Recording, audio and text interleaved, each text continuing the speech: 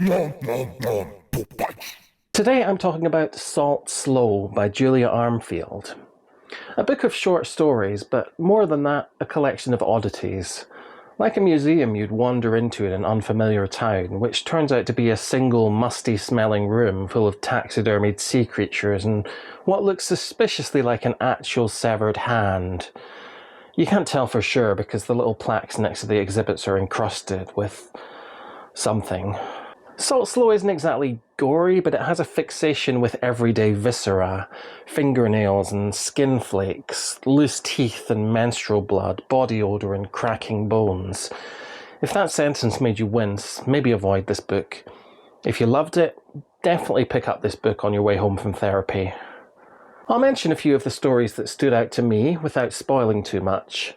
The Great Awake sees people sleep leave their bodies, not only robbing them of the ability to fall asleep, but manifesting as eerie, silent figures that haunt them throughout their newly extended days. A story that will resonate with sufferers of insomnia, but given some of the turns it takes later on, it doesn't give us the easy out of just being an allegory for one thing. Stop Your Women's Ears with Wax imagines a malevolent girl band with more than the usual hold over their army of young female fans.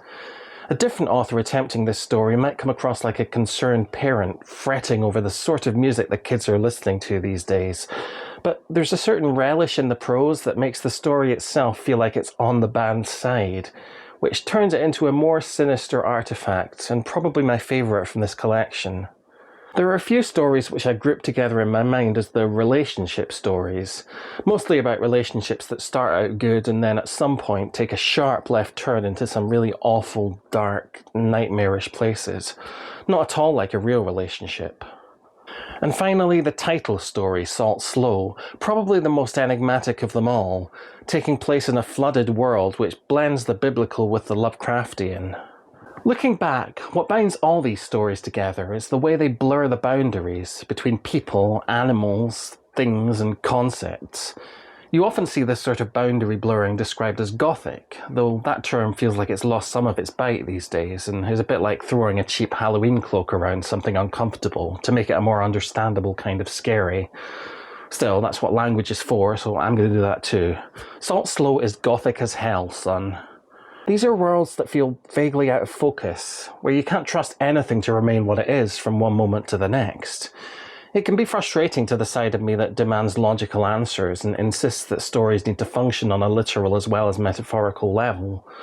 That's a side of me that dictated my tastes for a long time, though I'm pleased to say I've had some success in taming him in recent years, and enjoying stories for what they offer, rather than stamping my feet over what they don't. Savouring Salt Slow, with its dream logic and playful disregard for narrative conventions, was another good step on that journey.